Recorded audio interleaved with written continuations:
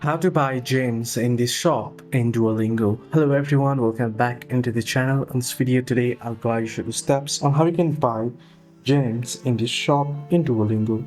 Well, the process itself is pretty simple and pretty easy, so let me guide it through. In order to do so, whether on desktop or in the mobile application, proceed to open up Duolingo and then you want to access the shop. To access the shop, once you're on the home page here on Duolingo, tap on the gems icon at the top of the screen, this blue icon here, and now you can see the shop has opened up.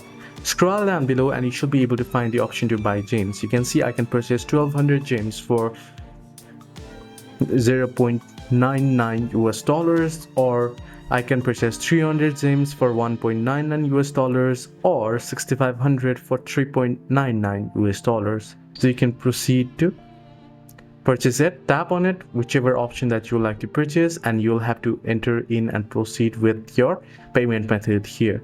So this is how you can purchase gems on Duolingo's shop. Hope this video helped you. Do like and subscribe as well.